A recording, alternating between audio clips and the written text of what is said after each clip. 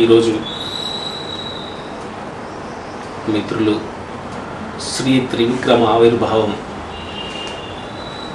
రూపకాన్ని వినిపించారు. మరో మిత్రులు శ్రీ వీణాపాణి గారు సంగీతం నిర్వహించినటువంటి ఈ రూపకంలో వామన అవతారాన్ని చాలా అద్భుతంగా చూపించగలిగారు. నిజానికి ఆడియో అయినప్పటికీ కొన్ని చోట్ల దండకం కానీ దానికంటే ముందు ఆయన యొక్క విశ్వరూపాన్ని చూపించినటువంటి తీరు అద్భుతం. మరొకటి పోతన గారి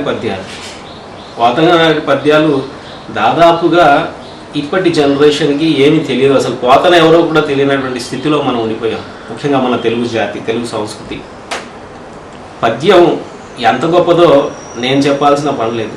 రామకృష్ణ గారు ఒక గొప్ప ప్రయత్నం, తను ఉద్యోగం చేస్తున్నప్పటికీ ఆర్థికంగా తన స్థితిగతులు ఏంటో తెలియదు, కానీ ఈ వామనావతారంలో ఉన్నటువంటి భగవంతుడు వాళ్ళ ఊరిలో స్వయంభూగా వెలిశాడని, తన చిన్నప్పటి నుంచి తన తల్లి ద్వారా తెలుసుకున్నటువంటి ఆ కథలకి వారు ఇన్స్పైర్ అయ్యి ఉద్యోగరీత్యా ఒక స్థాయికి చేరుకున్న తర్వాత కాబోలు ఈరోజు ఏదన్నా చెయ్యాలనేటువంటి ఒక పట్టుదలతో ఆ వామన అవతారం గురించి దీన్ని ఎత్తుకొని కొంతమంది కవుల చేత రాయించి తను కూడా కొంత రాసి అందరినీ ఒక చోట కలిపి, ముఖ్యంగా జానకమ్మ ఆవిడ గొంతు వింటుంటే ఈరోజు విన్నాను చాలా కాలం తర్వాత, ఒక అమృత ధార. ఆ వయసులో కూడా అద్భుతమైనటువంటి గాత్రంతో వారు ఇందులో పాడారు.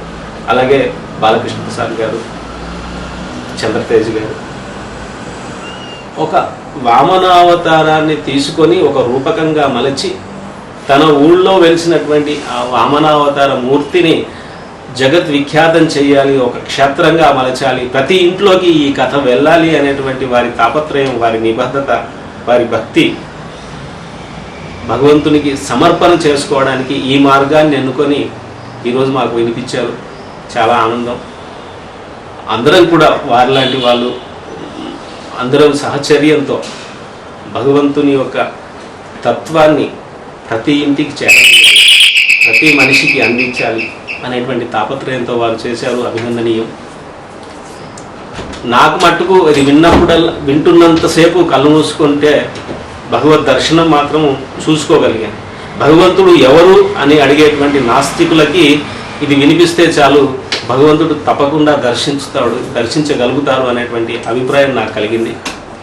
స్కూల్ పిల్లల చేత దీన్ని రూపకంగా వేయించి పిల్లలకి మన సాంప్రదాయాలు, మనకున్నటువంటి సంపదని ఇలాంటి వాటి ద్వారా మనం అందించగలిగితే మన జాతిని మళ్ళీ పునరోన్ముఖంగా అటువైపు నడిపించడానికి ఇలాంటివి ఉపయోగపడతాయని నమ్ముతూ ఈ ప్రయత్నం చేసిన మిత్రులు రామకృష్ణ గారికి అభినందనలు తెలియజేస్తూ ఆ క్షేత్రాన్ని దర్శించగలిగే భాగ్యాన్ని భగవంతుడు మనందరికీ కలిగించాలని కోరుకుంటూ జై శ్రీమన్నారాయణ.